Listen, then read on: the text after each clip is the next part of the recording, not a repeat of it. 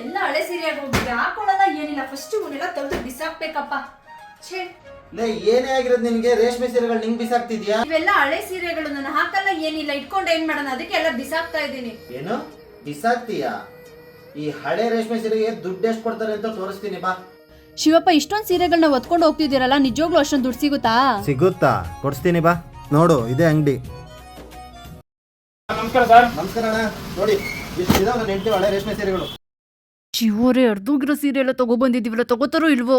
ಚಿಂತೆ ಹೋಗ್ಬೇಡಿ ಮೇಡಮ್. ಅರ್ಧೋಗಿರ್ಲಿ, ಕಿತ್ತೋಗಿರ್ಲಿ, ಸುಟ್ಟೋಗಿರ್ಲಿ, ಯಾವುದೇ ಕಂಡೀಷನ್ ಇದ್ರೆ ನಾವು ತಗೊಂಡ್ಬಿಟ್ಟು ದುಡ್ಡು ಕೊಡ್ತೀವಿ ಮೇಡಮ್. ಈ ತರ ಬಿಳಿ ಕಲರ್ ಬಂದ್ರೆ ಇದಕ್ಕೆ ಭಾರಿ ದುಡ್ಡು ಬರುತ್ತೆ ಮೇಡಮ್.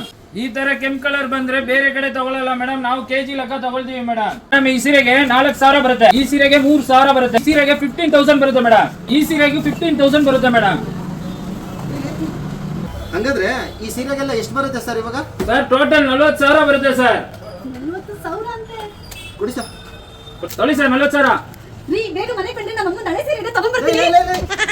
ಎಸಿತಾ ಇದ್ದಿದ್ ಸೀರೆಗೆ ಕರ್ಕೊಂಬಂದ್ ಕಾಸು ಕೊಡ್ತಿದ್ರೆ ಗಂಡನ್ನು ಬಿಟ್ಟು ಓಡೋಗ್ಬಿಟ್ಲಲ್ಲ. ಇವಾಗ ನನ್ನ ಪರಿಸ್ಥಿತಿ ಏನಣ್ಣ? ತಗೊಳ್ಳಿ ಅಣ್ಣ, ಚಿಂತೆ ತಗೋಬೇಡಿ. ತೂಕಕ್ಕೆ 200. ಯಾವ್ದ್ರಲ್ಲಿ ಬಂದಿದ್ರಣ್ಣ? ಕ್ಯಾಬ್ ಅಲ್ಲಿ ಬಂದಿದ್ದ. ತಗೊಳ್ಳಿ ಅಣ್ಣ, ಕ್ಯಾಬ್ ಚಾರ್ಜ್ ನಾನೇ ಕೊಡ್ತೀನಿ.